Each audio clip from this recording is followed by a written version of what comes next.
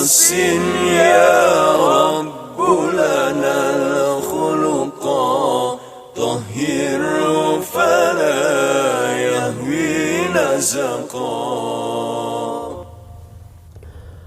Assalamualaikum warahmatullahi wabarakatuh. Alhamdulillah wassalatu wassalamu ala rasulillah sayyidina Muhammad ibn Abdillah. La hawla wa la quwata illa billahil aliyyil azim. Adik-adikku kelas 9 yang dirahmati oleh Allah, pada bab 3 ini kita akan membahas tentang akikah dan kurban.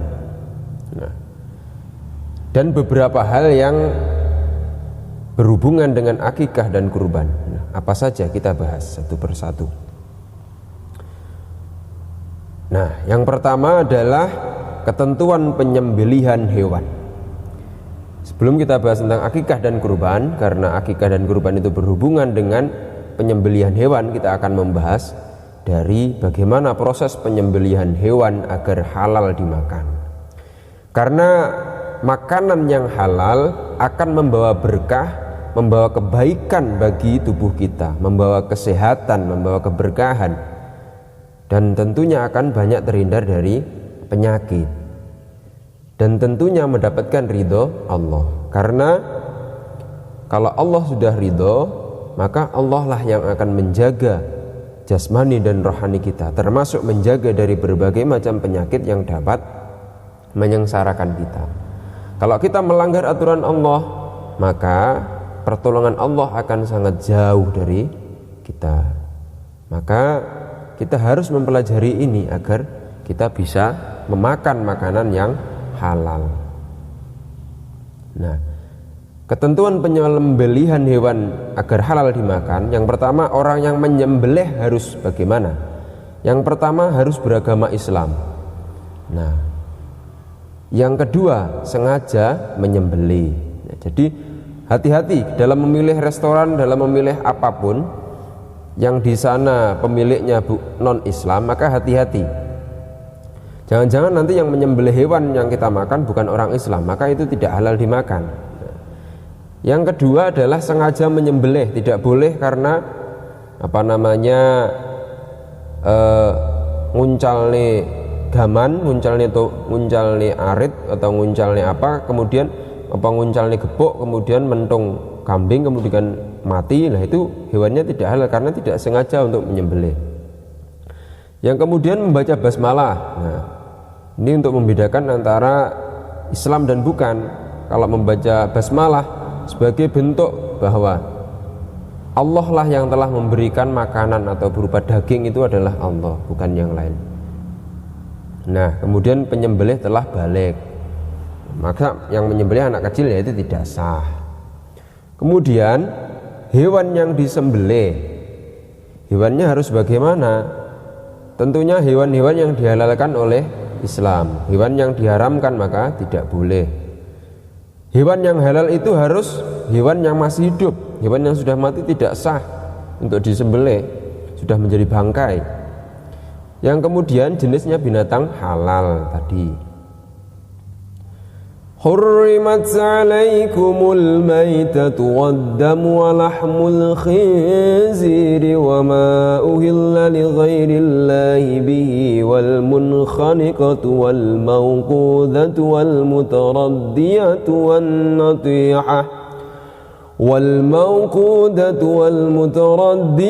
والنطيحة وما أكل السبع إلا ما ذكيتم. Diharamkan bagimu memakan bangkai, darah, daging babi dan daging hewan yang disembelih bukan atas nama Allah, yang tercekik, yang dipukul, yang jatuh, yang ditanduk, yang diterkam binatang buas kecuali yang sempat kamu sembelih. Nah, ketika hewannya sudah masih kejat-kejat itu segera disembelih, maka itu sah. Pokok hewannya masih hidup. Yang selanjutnya, alat untuk menyembelih ini juga penting. Ini juga menyebabkan nanti halal. Nah, tajam dan dapat melukai. Menyembelih dengan barang yang tidak dapat melukai tidak boleh, seperti kayu atau mungkin bambu, itu tidak boleh karena tidak bisa melukai, maka harus tajam. Tidak boleh menggunakan peluru juga karena peluru itu tidak tajam. Tapi kalau panah itu masih boleh karena bentuknya tajam dan bisa untuk mengoyak atau menyobek. Nah, tidak terbuat dari tulang, kuku dan gigi. Nah, ini semua untuk memuliakan tulang, kuku dan gigi. Kemudian proses menyembelih. Proses penyembelian, maka satu, penyembelian dilakukan di bagian leher hewan hingga terputus saluran makanan, pernapasan, dan 2 urat leher. Nah, yang kedua, memastikan bahwa ketiga hal di atas sudah terputus sehingga menjadi sah. Selanjutnya,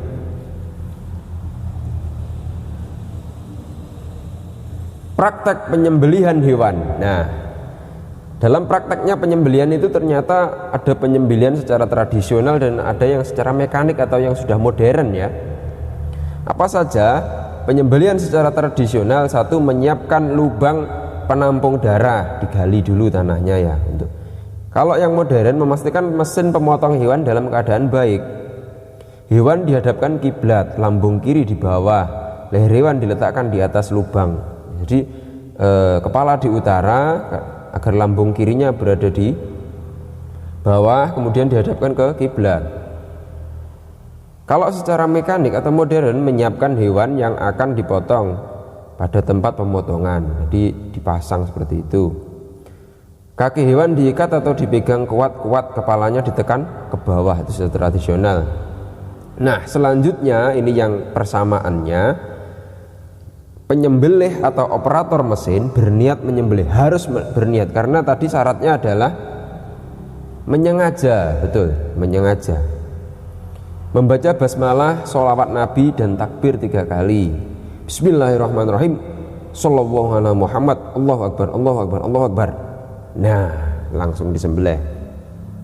Melakukan penyembelihan dengan memotong saluran pernapasan, saluran makanan, dan 2 urat leher seperti tadi. Nah, selanjutnya,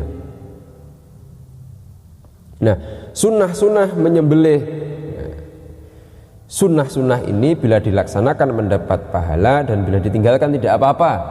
Tapi sebagai orang yang umatnya Kanjeng Nabi, maka kita harus cinta dan mencintai sunnah-sunnah yang diajarkan oleh Kanjeng Nabi sebagai bukti cinta kita kepada Kanjeng Nabi, dengan harapan nanti kita akan mendapatkan syafaatnya di yaumil qiyamah. Amin.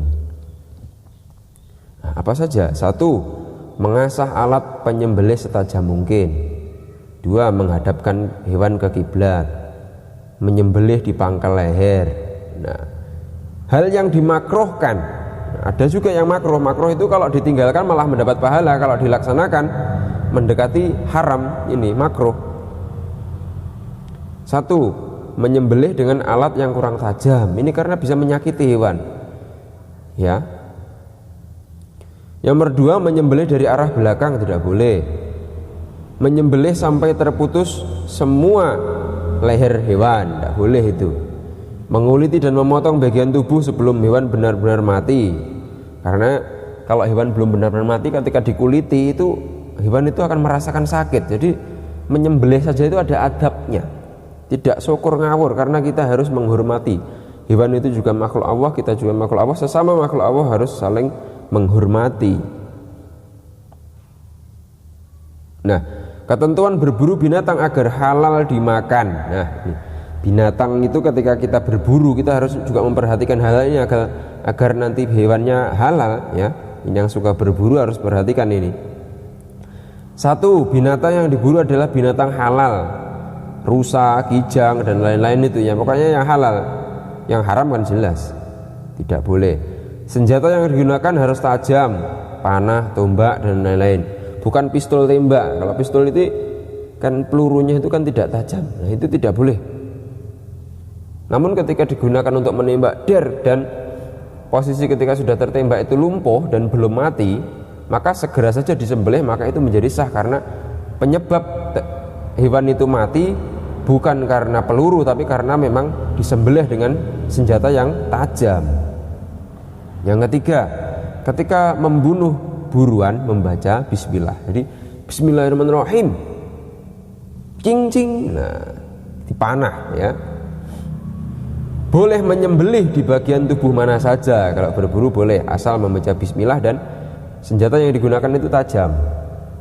Nah, an Abi Tha'labata radhiyallahu anin Nabi sallallahu alaihi wasallam qala idza ramaita bisahmika faghaba anka fa adraktahu fakulhu ma lam yuntin.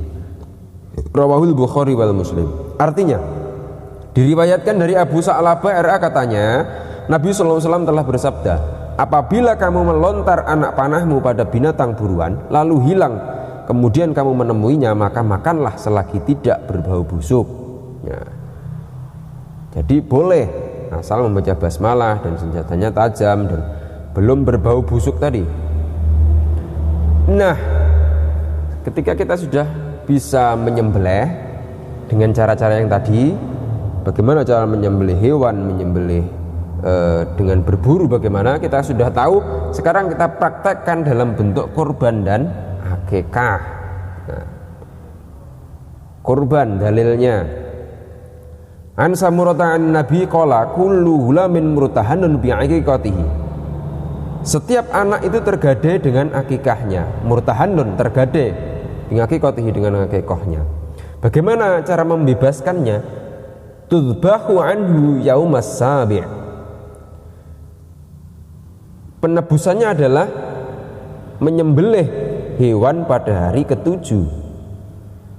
Wa yukhlaqu, dan dicukur rambutnya, wa yukhlaqu ra'suhu, wa yusamma, dan diberi nama.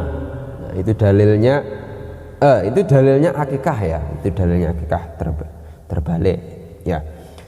Sekarang dalilnya kurban. Dari dalil kurban, Bismillahirrahmanirrahim. Inna a'dainakal kautsar fasholli lirabbika wanhar inna syani'aka huwal abtar. Artinya, sungguh kami telah memberimu Muhammad nikmat yang banyak, maka laksanakanlah sholat karena Tuhanmu dan berkurbanlah sebagai ibadah dan mendekatkan diri kepada Allah. Sungguh orang-orang yang membencimu dialah yang terputus dari rahmat Allah. Dari sini bisa dibedakan bahwa antara akikah dan kurban itu perbedaannya adalah akikah itu tujuannya adalah untuk menebus si bayi ketika yang baru lahir agar sah menjadi anaknya, dan sah ketika nanti di akhirat itu bisa mensyafaati. Nah, karena anak itu bisa menolong ketika anak itu benar-benar soleh ketika sudah diakikahi. Sedangkan kurban itu tujuannya adalah untuk mendekatkan diri kepada Allah sebagai rasa syukur karena telah diberikan nikmat. Perbedaan akikah dan kurban. Nah, pengertian. Akikah adalah kambing. Kata kuncinya kambing yang disembelih ketika bayi berumur 7, 14, 21 hari. Atau ketika orang tua sudah mampu. Jadi itulah akikah. Kurban, unta, sapi, kambing, biri-biri semuanya boleh, dan disembelih ketika hari raya Idul Adha dan hari Tasyrik. Kemudian hukumnya adalah sama-sama sunnah muakkad. Yang pertama akikah bagi orang tua ketika bayi berumur itu, dan kurban itu sunnah muakkad bagi yang mampu, dan dihukumi makruh bagi yang mampu tapi tidak melaksanakan. Nah, Kanjeng Nabi saja berkorban setiap tahun. Tujuan menebus bayi agar bisa memberikan manfaat dunia akhirat, karena setiap bayi yang lahir dalam posisi tergadai seperti dalilnya tadi. Mendekatkan diri kepada Allah, nah seperti dalilnya tadi, ini kurban. Nah, pembagian dagingnya, akikah disunahkan dibagi dalam keadaan matang atau masak. Makanya biasanya kalau di Indonesia diberi janjani itu ya. Kalau kurban ya didum ketika masih mentah itu ya. Itu sunnah. Ketentuan hewan kurban. 1. Akikoh harus kambing atau domba laki-laki 2 ekor dan perempuan 1 ekor. Kenapa laki-laki 2, perempuan 1? Karena laki-laki itu tugasnya berat, harus mencari nafkah dan sebagainya. Hewan sehat jasmani dan rohani dan tidak cacat. Hewan dewasa. Nah, kurban itu boleh semua hewan yang halal, unta, sapi, kerbau untuk 7 orang pengurban, kambing untuk 1 orang. Hewan juga sehat, sama hewan dewasa. Sekarang hikmah. Nah, hikmah akikah dan kurban. Apa saja hikmah? Menghidupkan sunnah Nabi Muhammad karena sama-sama akikah. Kurban menghidupkan sunnah Nabi Muhammad dan para nabi terdahulu, khususnya Nabi Ibrahim. Karena sejarah kurban itu Nabi Ibrahim disuruh menyembelih Nabi Ismail dalam rangka kurban. Akhirnya Nabi Ismail pasrah dan akhirnya Nabi Ismail tidak jadi dikurbankan, akan tapi oleh Allah diganti dengan domba yang sangat besar. Akikah membebaskan anak dari ketergadaian. Kurban menghidupkan makna takbir di hari raya Idul Adha. Menurunkan ridho Allah dan pertolongan Allah, itu untuk akikah, agar bayi atau anak terlindungi dari gangguan setan dan mara bahaya, agar anak menjadi soleh dan solihah. Kurban mendekatkan diri atau takarub kepada Allah. Wujud mendekatkan diri dan syukur kepada Allah atas nikmat berupa lahirnya anak, itu atau akikah. Kurban wujud syukur atas rizki yang melimpah sehingga mampu berkurban. Nah, hikmah akikah sarana menampakkan kegembiraan dalam melaksanakan syariat.